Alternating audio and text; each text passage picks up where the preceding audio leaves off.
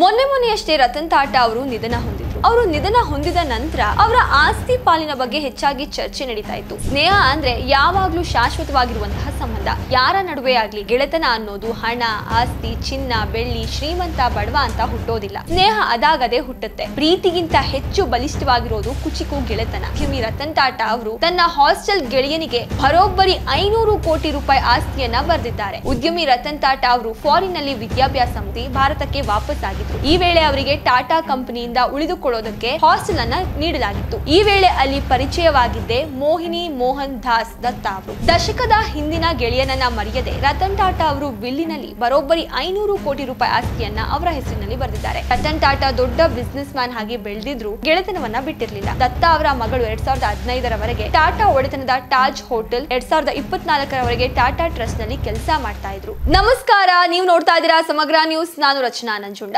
ಮೊನ್ನೆಯಷ್ಟೇ ರತನ್ ಟಾಟಾ ಅವರು ನಿಧನ ಹೊಂದಿದ್ರು. ಅವರು ನಿಧನ ಹೊಂದಿದ ನಂತರ ಅವರ ಆಸ್ತಿ ಪಾಲಿನ ಬಗ್ಗೆ ಹೆಚ್ಚಾಗಿ ಚರ್ಚೆ ನಡೀತಾ ಇತ್ತು. ಇದೀಗ ರತನ್ ಟಾಟಾ ಅವರು ಒಂದಷ್ಟು ಆಸ್ತಿ ಭಾಗವನ್ನ ಅವರ ಸ್ನೇಹಿತರಿಗೆ ಬರೆದು ಒಂದ್ ರೀತಿ ಅಚ್ಚರಿಯನ್ನ ಮೂಡಿಸಿದ್ದಾರೆ. ಹೌದು, ಸ್ನೇಹ ಅಂದ್ರೆ ಯಾವಾಗ್ಲೂ ಶಾಶ್ವತವಾಗಿರುವಂತಹ ಸಂಬಂಧ. ಯಾರ ನಡುವೆ ಆಗ್ಲಿ ಗೆಳೆತನ ಅನ್ನೋದು ಹಣ, ಆಸ್ತಿ, ಚಿನ್ನ, ಬೆಳ್ಳಿ, ಶ್ರೀಮಂತ, ಬಡವ ಅಂತ ಹುಟ್ಟೋದಿಲ್ಲ. ಇಬ್ಬರು ವ್ಯಕ್ತಿಗಳ ಗುಣದಲ್ಲಿ ಸಾಮ್ಯತೆ ಇದ್ರೆ ಸ್ನೇಹ ಅದಾಗದೆ ಹುಟ್ಟುತ್ತೆ. ಪ್ರೀತಿಗಿಂತ ಹೆಚ್ಚು ಬಲಿಷ್ಠವಾಗಿರೋದು ಕುಚಿಕು ಗೆಳೆತನ. ಇಂತಹ ಅತ್ಯದ್ಭುತವಾದ ಸುಂದರ ಸ್ನೇಹದ ಸೆಲೆಗೆ ಸಿಲುಕಿದ್ದ ಉದ್ಯಮಿ ರತನ್ ಟಾಟಾ ಅವರು ತನ್ನ ಹಾಸ್ಟೆಲ್ ಗೆಳೆಯನಿಗೆ ಬರೋಬ್ಬರಿ 500 ಕೋಟಿ ರೂಪಾಯಿ ಆಸ್ತಿಯನ್ನ ಬರೆದಿದ್ದಾರೆ. ಹೌದು, ಉದ್ಯಮಿ ರತನ್ ಟಾಟಾ ಅವರು ಫಾರಿನ್ ನಲ್ಲಿ ವಿದ್ಯಾಭ್ಯಾಸ ಮುಗಿಸಿ ಭಾರತಕ್ಕೆ ವಾಪಸ್ ಆಗಿದ್ರು. ಇದಾದ ಮೇಲೆ ಅವರು ಕೆಲಸಕ್ಕೆಂದು ಟಾಟಾ ಕಂಪನಿಯಲ್ಲಿ ಸೇರ್ಕೊಳ್ತಾರೆ. ಈ ವೇಳೆ ಅವರಿಗೆ ಟಾಟಾ ಕಂಪನಿಯಿಂದ ಉಳಿದುಕೊಳ್ಳೋದಕ್ಕೆ ಹಾಸ್ಟೆಲ್ ಅನ್ನ ನೀಡಲಾಗಿತ್ತು. ಈ ವೇಳೆ ಅಲ್ಲಿ ಪರಿಚಯವಾಗಿದ್ದೆ ಮೋಹಿನಿ ಮೋಹನ್ ದಾಸ್ ದತ್ತಾ ಅವರು. ನಂತರದ ದಿನಗಳಲ್ಲಿ ಇಬ್ಬರ ನಡುವೆ ಸ್ನೇಹ ಬಲಿಷ್ಠವಾಗಿ ಬೆಳೆಯುತ್ತೆ. ವ್ಯಾಪಾರ,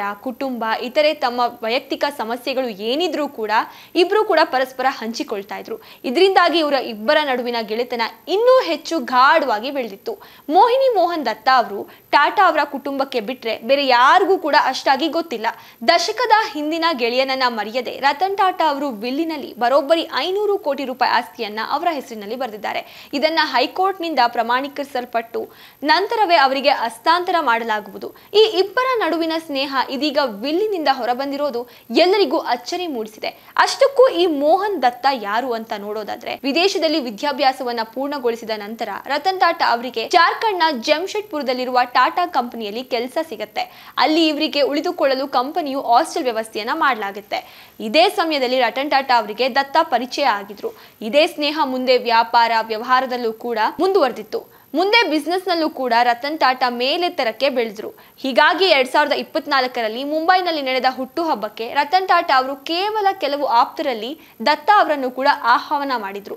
ದತ್ತಾ ಅವರು ಮೂಲತಃ ಜಮ್ಶೆಡ್ಪುರದವರೇ ಆಗಿದ್ದರಿಂದ ತಮ್ಮದೇ ಟ್ರಾವೆಲ್ ಏಜೆನ್ಸಿಯನ್ನ ನಡೆಸ್ತಾ ಇದ್ರು. ಆದರೆ ಇದು ಬಳಿಕ ಸ್ಟಾಲಿಯನ್ ತಾಜ್ ಗ್ರೂಪ್ ಹೋಟೆಲ್ಸ್ ನಲ್ಲಿ ವಿಲೀನ ಆಯಿತು. ಸ್ಟಾಲಿಯನ್ ನಲ್ಲಿ ದತ್ತಾ 80ರಷ್ಟು, ರತನ್ ಟಾಟಾ ಅವರು 20% ಶೇರ್ ಹೊಂದಿದ್ರು. ರತನ್ ಟಾಟಾ ದೊಡ್ಡ ಬಿಸಿನೆಸ್ ಮ್ಯಾನ್ ಆಗಿ ಬೆಳೆದಿದ್ರು ಗೆಳೆತನವನ್ನ ಬಿಟ್ಟಿರಲಿಲ್ಲ. ದತ್ತಾ ಅವರ ಮಗಳು 2015ರವರೆಗೆ ಟಾಟಾ ಒಡೆತನದ ತಾಜ್ ಹೋಟೆಲ್, 2024ರವರೆಗೆ ಟಾಟಾ ಟ್ರಸ್ಟ್ ನಲ್ಲಿ ಕೆಲಸ ಮಾಡ್ತಾ ಇದ್ರು. ಈ ರೀತಿಯಾಗಿ ಅವರ ಸ್ನೇಹ ಬೆಳೀತು. ನಂತರ ಆ ಸ್ನೇಹ ಅವರು ಎಷ್ಟೇ ಕೂಡ ರತನ್ ಟಾಟಾ ಅವರು ಬೆಳೆದ್ರು ಕೂಡ ಆ ಸ್ನೇಹವನ್ನ ಮರೆಯದೆ ಅವರ ಹಾಸ್ಟೆಲ್ ನಲ್ಲಿ ಅವ್ರು ಕಳೀತಾ ಇದ್ದಂತಹ ಸಮಯದಲ್ಲಿ ಆದಂತಹ ಗೆಳೆಯನಿಗೆ ಅವರ ಆಸ್ತಿಯನ್ನ ಬರೆದು ಒಂದ್ ರೀತಿ ಎಲ್ಲರಿಗೂ ಕೂಡ ಅಚ್ಚರಿಯನ್ನ ಮೂಡಿಸಿದ್ದಾರೆ. ಸ್ನೇಹ ಅನ್ನೋದು ಎಷ್ಟು ಗಾಢವಾಗಿರುತ್ತೆ ಅನ್ನೋದನ್ನ ಕೂಡ ಪ್ರೂವ್ ಮಾಡಿದ್ದಾರೆ ಅಂತ ಹೇಳ್ತಾ ಇದಾಗಿತ್ತು ಸಮಗ್ರ ನ್ಯೂಸ್ ವಿಶೇಷ. ನೋಡ್ತಾ ಇರಿ ಸಮಗ್ರ ನ್ಯೂಸ್.